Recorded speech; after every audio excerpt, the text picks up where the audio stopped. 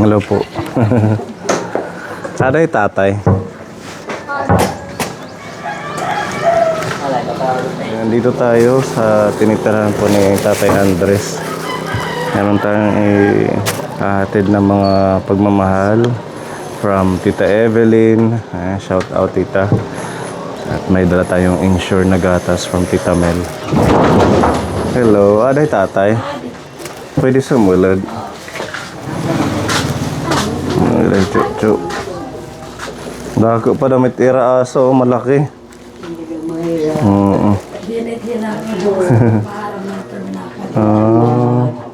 Kilala na tayo. Hello tatay. Kumusta na?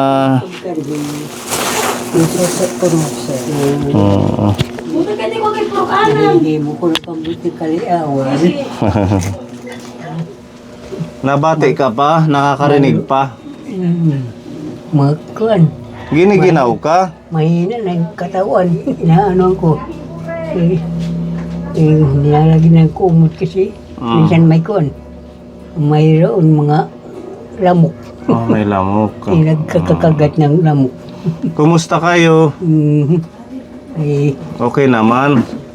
Okay lang. Kaya lang parang lalong pahina ng pahina. Kailan na tanim edad? Nakaano nga ngayon. Naabot na lang 92. 92 na. July 10. Mga 93 na ngayong July. Pinaka araw ng pagsilang sa mundo. Okay naman yung katawan mo. Pag hindi masyado umaatake, kalat na yung mga masamang karamdaman pag umaatake sila. Saan ang nararamdaman mo? Kung minsan dito sa mga binti, kung minsan dito sa likod. baywang.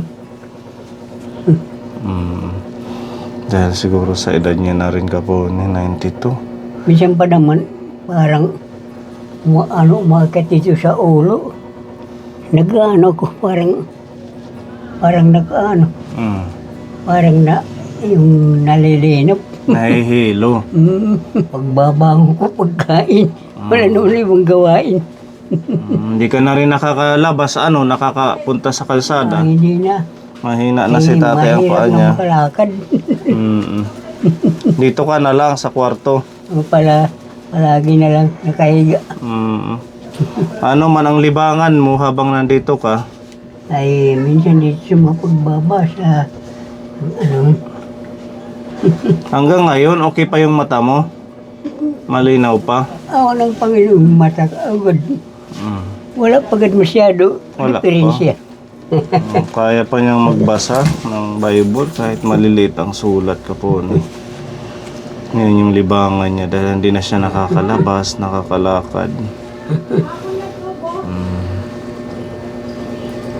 Tingnan niyo kung gaano kaliliit. Pero nababasa pa ni tatay. Tungkol sa kapangyarihan ng Diyos. Yes, ang sabi dito sa Episo 4, sanglit adton din musad ang mga ansin magkangadto igbaw. Yung kaya nga daw, ang sabi dito na ang bumaba dito sa loob. Din musad na yung bumaba. Yung pa rin ang umaykat dun sa langit. Base sa butan nga, adto'y bisan din nga dapat upang malaman na nandun siya kahit saan na lugar. Amen.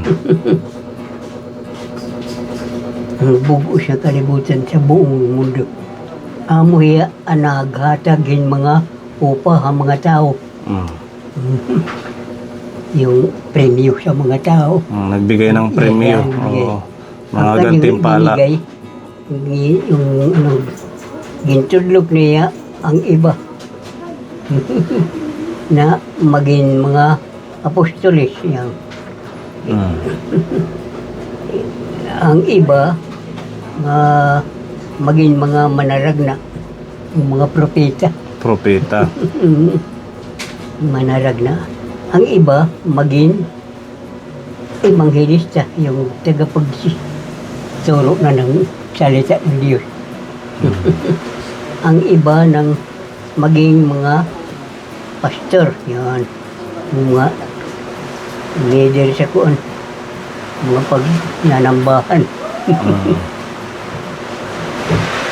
Mga magturot doon, yan, nagtuturo ng Bible. Gibuhat niya ini yung pag-andamhan nga tanan. Ginawa niya ito para maihanda ang lahat ng mga magtinuon, ng mga nananampalataya sa Panginoon Isus Kristo. Sanglit, magkakaurusya kita diyahin usala nga pagtuungan, pagkilala. Magkakaisa tayo sa isang pananalig at pagkaalam sa anak ng Diyos.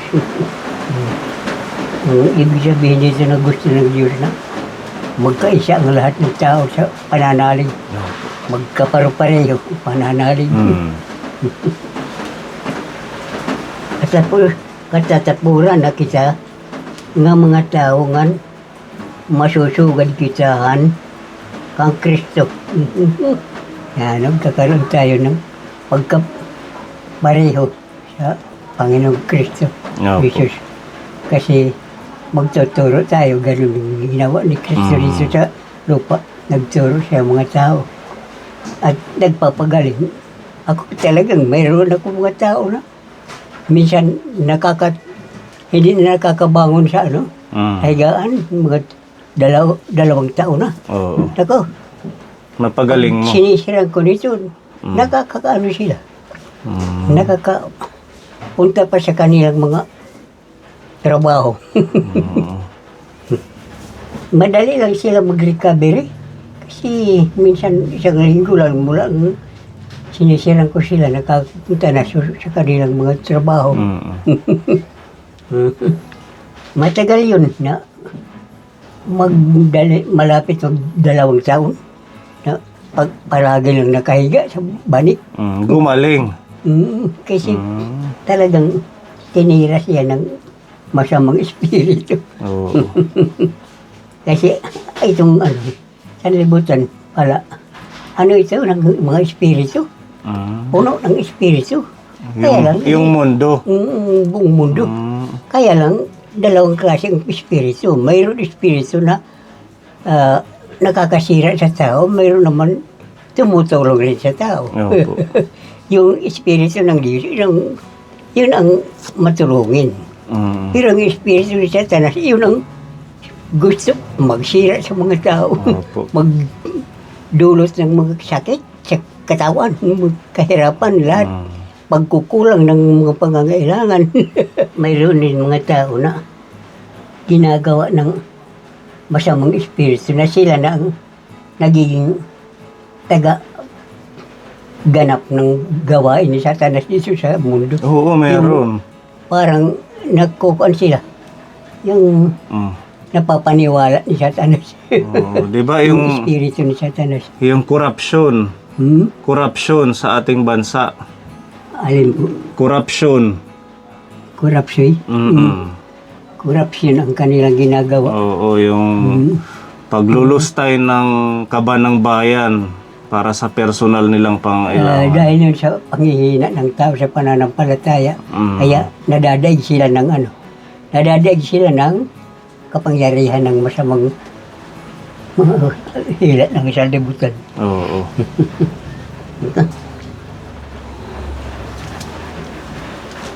Yun po ang hirap ng tao dahil hindi ang tao nakakapag ng kanyang kagustuhan kapag hindi talaga nakakaalis doon sa pagkaalipin ni Satanas.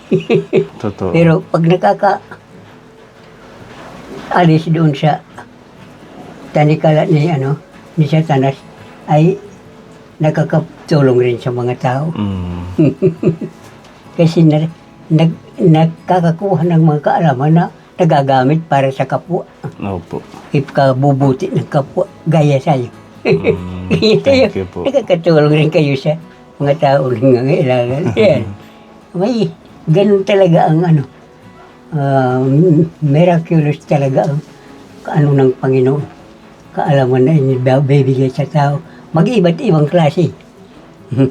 Mayroon kaalaman na para sa panira naman. Pero hindi naman yun. Siya galing sa Diyos. Kung kanyang kalaban na ang humayari doon. Ni Satanas. Kaya, pag ako, palagi ako nito para alam ko ang mga paraan ng masama at saka mabuting Opo. espiritu. Ayan Dahil yung sila kanyang ang libangan. sila ang gabay sa tao. Yun po ang yun po ang kabutihan sa tao na pala dito sa Bible. Dahil mayroon dito talagang kumikilos sa espiritu. Para ang tao ay parang ma-inspire sa paggawa ng totoo ganung yan. gawain. At saka yung mga salita ng Diyos, pag naniniwala ka, Basta maniwala talaga. pag malala yung sakit, gumagaling. Di ba? Yung mga cancer, Yung, kahit anong uri ng sakit. yung iba mga wala nang chance, pero pag naniniwala sa Diyos, Kasi gumagaling. sinasabi dito, there is no impossible with God. Walang imposible Walang imposible. sa ating Diyos. Sa pamamagitan ng paghingi ng tulong galing sa Diyos. Nalangin tayo. Panginoon Diyos na makapangyarihan sa lahat, nandito po kami sa harapan mo. Humihingi po kami, Panginoon, ng tulong sa amin mga pangangailangan dahil alam namin na hindi namin kaya sa amin sarili. Ngunit alam rin namin na kapag kami ay manilig sa iyo ng gusto, ng talagang tunay na pananalig galing sa puso, ay talagang tinutugon mo, Panginoon, ang amin pag mga kahilingan sa iyo. Kaya pinasasalamatan ko, Panginoon, ang lahat ng amin dinadalangin dahil maraming mga dinalangin ko ng tao na nagkaroon na at alam mo yung Panginoon, ng kumpletong kagalingan at nakakabalik sila sa kanilang dating gawain. At lalo mo lang, Panginoon, pating ka rin yung kapangyarihan na pinagkakaloob mo sa bawat anak mo na nabibigyan mo na ng ganong kaunting bahagi ng iyong kapangyarihan. In Jesus' mighty name. Amen. Amen. Maraming salamat po sa pagdadasal mo sa mga nanonood nating may karamdaman.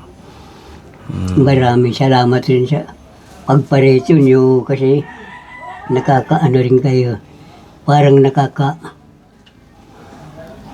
sa isipan ko na mayroon na naman magbibisita ng mga may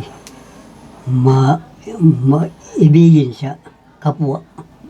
Yung talagang nagbibigay ng panahon para sa kapwa.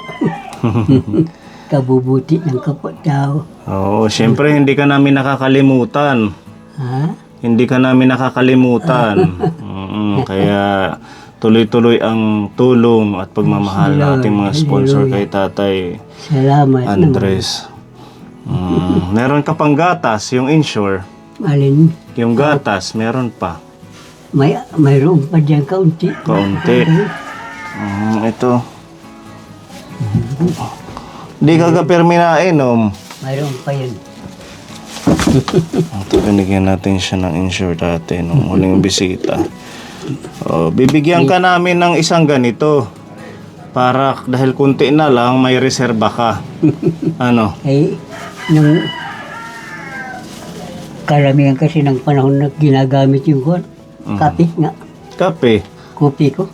Yan hinala, Mama Upay Ensure kay para lumakas kayo.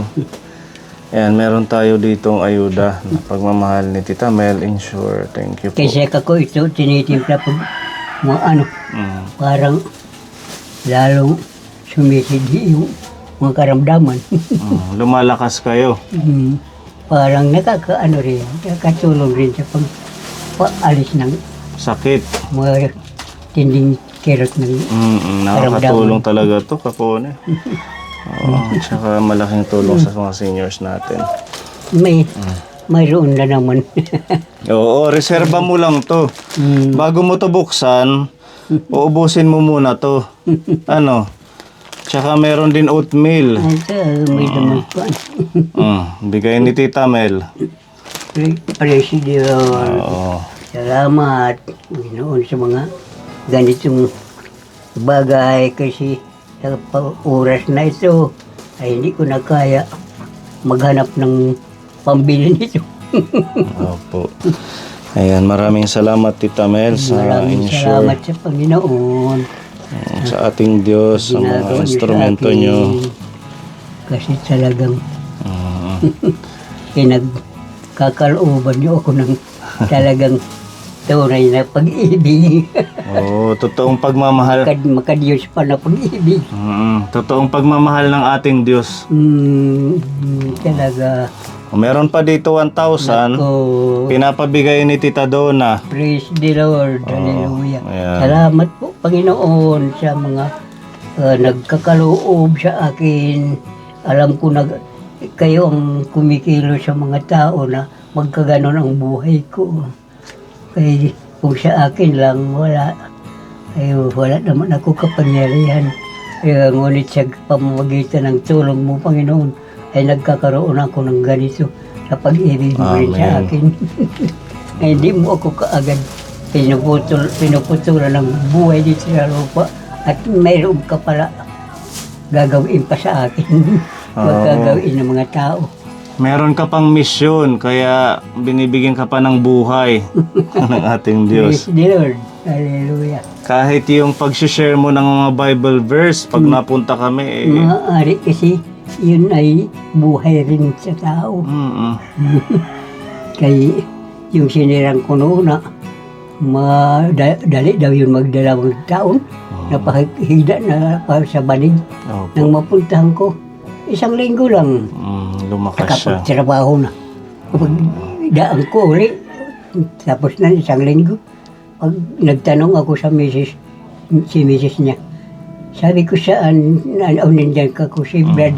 Sabi niya, wala na, nandoon na sa kuwan. Nagtrabaho na. Sa trabaho, Lumakas. construction. Pero kako, talagang bilib ako kay Brad. At talagang naniwala siya sa akin sinabi.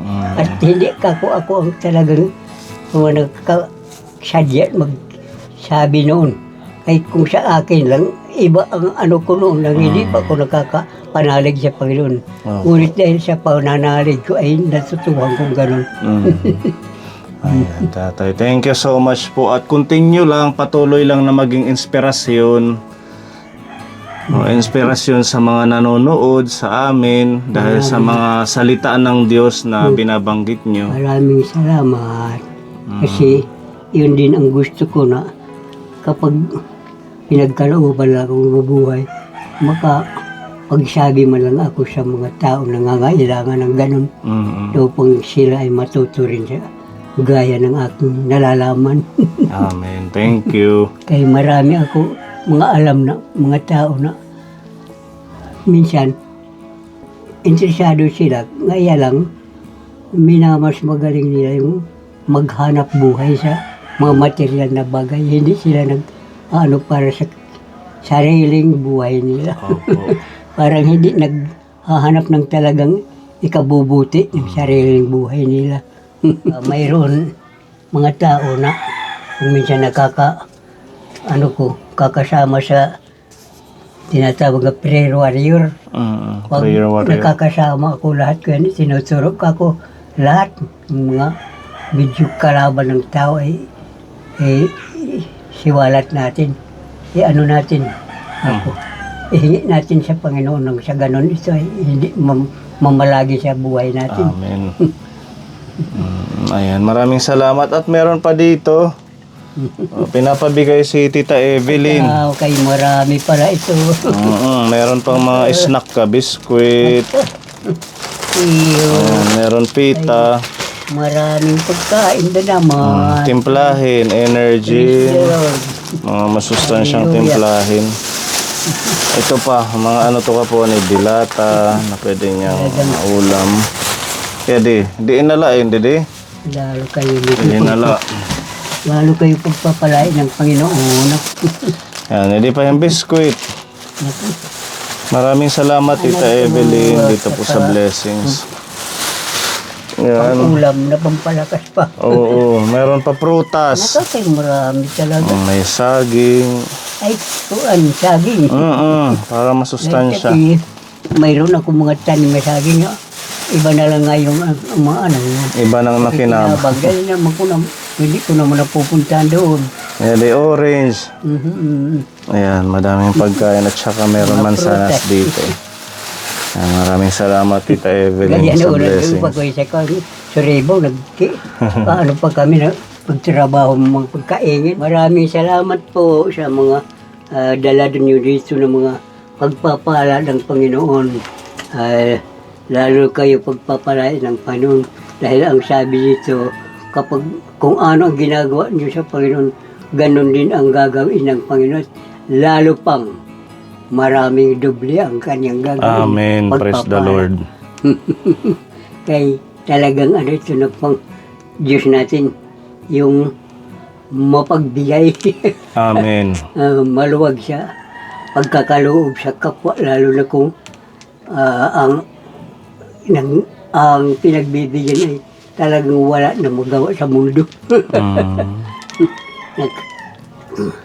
Praise the Lord, salamat po, naway palagi kayo warasan ng mga pagpapala at saka yung patnubay ng Espiritu Santo. Opo. Ang sa ganung kailanman ay hindi kayo matalo ng kasamaan ng mundong ito. In Amen. Jesus' mighty name.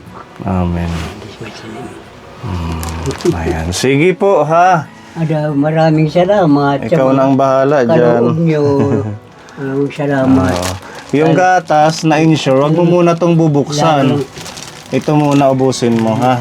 Lalo lang kayo nito pagpalain ang gawa nyo. Maraming salamat po. Nakikita yan ng Panginoon. Kanyang ginagawa. Isama mo sa prayers ang ating mga sponsor. Maging malusog lang sila, mas madami pa silang blessing para makatulong pa ulit sa iba, sa inyo. Praise the Lord, hallelujah. Sa lahat po ng mga inaasikaso ng mga tao, nitong umaasikaso rin sa akin ay pagpalain mo rin sila, Panginoon. Amen. Lahat ng pangangailangan nila ay maging sapat sa kanilang kagustuhan at magkaroon rin sila ng tunay na pananalig sa iyo, Panginoon. Na kailanman hindi sila mapabayaan kahit ano mangyari sa mundo. In Jesus' mighty name. Amen. Salamat naman Thank you po. sa lahat ng mga kaloob mo.